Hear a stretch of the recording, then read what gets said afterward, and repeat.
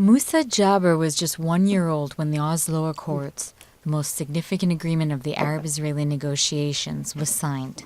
It has been 20 years since its inception, but for Musa, who earns his living as a farmer in Hebron, Oslo's promises have been hollow. All this land belongs to my grandfather and is registered in the name of my grandfather. I've got an old house and I want to build a new one, but that's forbidden. Meanwhile, they're building on our land however they want. But we do not have the right in Kiryat Arba. All the homes are new, but if we build, the bulldozers will come to destroy them. A few hundred meters from Musa's farm, nearly 8,000 Israelis live in the settlement of Kiryat Arba. And like Musa, many of its residents grew up with disappointment at the failure of the Oslo Accords. I remember myself running in the street as a kid protesting against Oslo. I was holding posters saying, "Don't give them guns, don't give them a state. Look what happened. They were given guns, but they shoot at us. More than 2,000 murdered.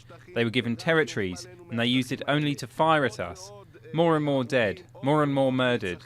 I think there's no doubt the agreement is a failure, also in the eyes of those who brought it on us." One of Oslo's achievements was the creation of the Palestinian Authority, an interim institution of self-governance for Palestinians living in territories occupied by Israel. The body representing Palestinian goals in the negotiations with Israel was the Palestinian Liberation Organization, who also see the limits of Oslo. I think Oslo has ended, in a sense it has worked out its usefulness.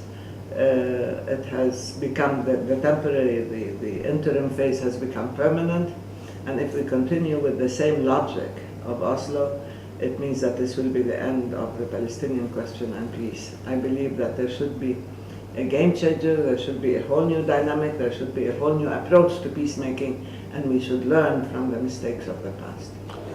With a fresh round of peace talks underway after nearly 3 years of stalled attempts, the successes and failures of Oslo continue to hang over both sides of the negotiating table. For residents of Hebron and Kiryat Arba, a real improvement in relations between the two people still seems far away.